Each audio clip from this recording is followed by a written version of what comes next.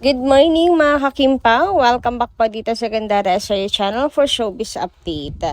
Ang tatalakayin nga po natin ngayon at pag-uusapan mga kakimpaw ay tungkol nga po dito sa kasal nila Kim and Paolo na di umano ay sa ibang bansa daw gaganapin malamang. Ayun po sa mga chika na kumakalat ngayon sa social media. So bakit nga ba ito na pag-uusapan ngayon? Alamin po natin yan mga kakipi. Pero syempre bago yan, sa mga di pa nakasubscribe sa ating channel, i-click nyo lang po muna ang subscribe button natin at notification bell na nandyan sa baba para mag-updated kayo sa mga susunod natin chika. And simulan na nga natin ang ating puntalakayan ngayong umaga pong ito mga kakimpaw at unahin natin pag-usapan ang mga comments ng ating mga subscribers na nakatutok araw-araw sa ating pong daily updates. So eto na nga, pag-usapan natin ang comment ni Miss Dorma Dayag. Sabi niya, Gandara, good PM. Thank you for all the blessings to KP with our prayers to them both. All these bashes, especially to those who belittle KP. Now, they are soaring high. Wait nyo lang ang inyong karma. Cause for every false moves made by you, good is there. Ay, baka God is there watching of you and knows what is in your heart. Yes, Gandara, hindi namin gusto na matanggal si Kimi sa showtime. Siya lang ang aming happiness and joy, especially to us seniors.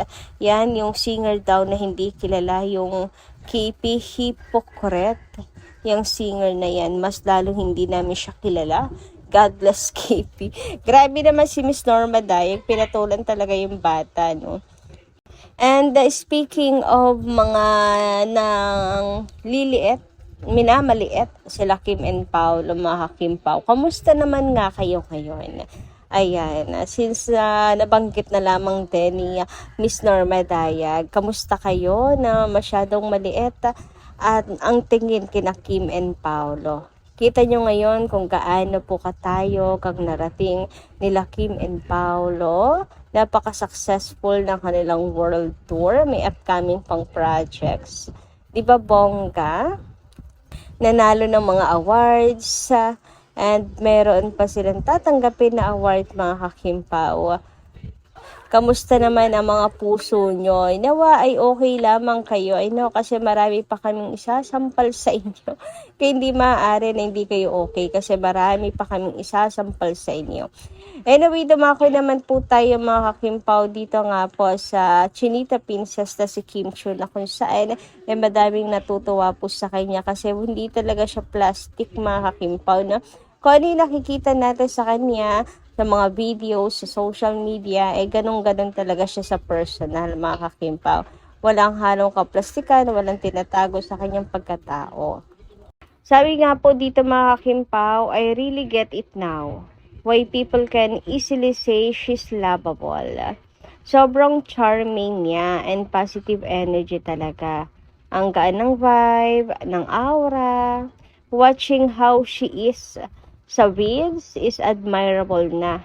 Mas lalo na now that I get to experience it firsthand. Literally, I'm on Kimi high ren.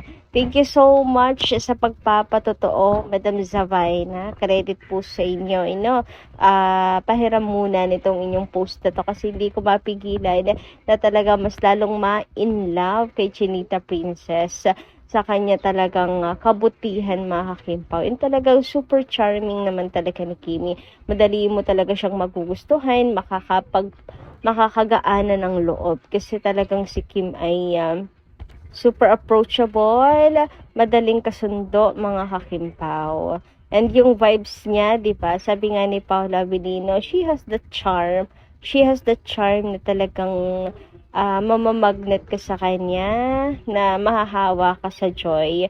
And pagka-bubbly niya mga kakimpaw. Everyone is smiling, basta nandiyan si Kim Chiu.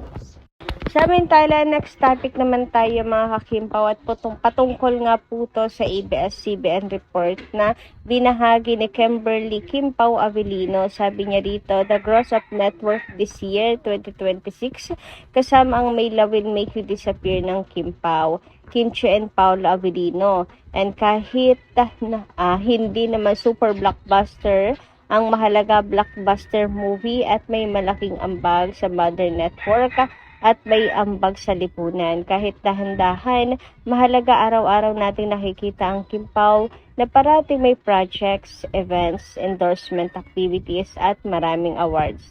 Darating din sila dito sa ETIS ngayong July 2026 na darating para tanggapin ang mga awards. Claim nyo na. Marami uli. Congratulations, Kim Pao. Endless blessings. Nako, sa totoo lamang po yan. And lalo na siguro mga ka-KP na kung hindi po nataoin na pasukan at bakasyon, mga ka-Kim Pao ang movie nila Kim and Paolo. Kung natuloy lang ng February, mga ka-KP, nako, super blockbuster talaga ang movie ng Kim Pao. Lalo na't ang ganda ng kwento, ang ganda panoorin, lakas ng chemistry nilang dalawa. 'Di ba mga ka-Kim Pao? Kaya talaga magiging super blockbuster yan. Lalo na kung hindi pa yan na boycott, 'di ba mga ka-KP? Anyway, dumako naman po tayo dito sa main topic natin ngayong araw na to, mga ka-Kim Pao, kung saan ba't mainit at pinag-uusapan talaga ang kasal ng Kim Pao nung nakaraan, prenup, ganyan. Ngayon naman, ang prenuptial agreement. Ngayon naman, kasal naman na mismo ng Kim Pao na marahil gaganapin daw sa ibang bansa. Sabi dito, ayon sa showbiz columnist si Christopher Min, marami raw ang naniniwala na posibleng nauwi na. Mauwi sana ata yun. Kasalan sa ibang bansa ang tambalan ni Kim Chiu and Paolo Avellino. Lalo na matapos kumalat ang mga espekulasyon habang nasa world tour noon ang dalawa. May mga ulat at fine theories pang nagsasabing kasama umano ng dalawa ang inang kapamilya abroad. Kaya lalo itong pinag-usapan online. Okay. Siguro ito yung chika na pupunta ang family ni Paolo Avellino sa Canada and family ni Chinita Princess. Ito siguro yung tinutukoy dito, mga Kim Pao. Pero ano lang naman yan, chismis. Wala rin po tayo nakitang bakas ng pamilya ni Paolo Avellino doon, mga Kim Pao. At mahirap pangunahan yung ganyang bagay. Sabi ko nga po, wag pong umasa. Mas maganda kung makita natin na nandun talaga sila, mga Kim Pao. But yes, mga kakipi, malaki ang chance na Kim Pao talaga mag-endgame kasi sa edad na ito ni Paolo Avellino, 'di ba? Wala naman tayo nakikita na lagi po niya kasama mapatrabaho man o off-cam kundi si Chinita Princess or si Kim Chiu. And even siguro their friends, yan din po. Kumbaga, hindi mawawala ang tuksuhan Panigurado na sila ang nakikita din nila na magiging endgame, mga ka-Kim Pao. Sa sweetness ba naman nilang dalawa, diba, mga ka-KP? And kung sa ibang bansa, ang kasalan, may kasalan na talagang pinag-uusapan.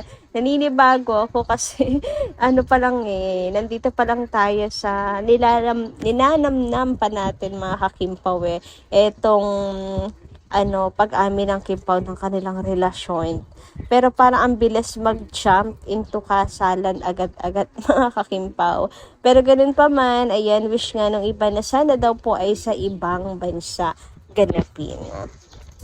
Anyway, sabi naman po dito ni Miss Leoncia Talian, Kim gives so much kindness, love, patience, but some people tends to abuse.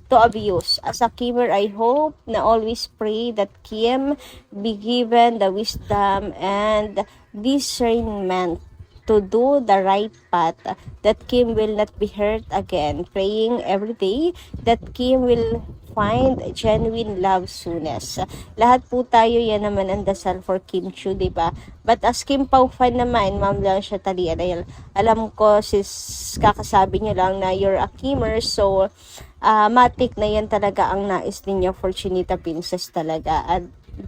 And as Kim Pao, hiling din man namin ang hiling ninyo, naniniwala kami na si Paolo Avellino na yon at natagpuan na niya ang genuine love na hinahanap niya, mga kakimpaw.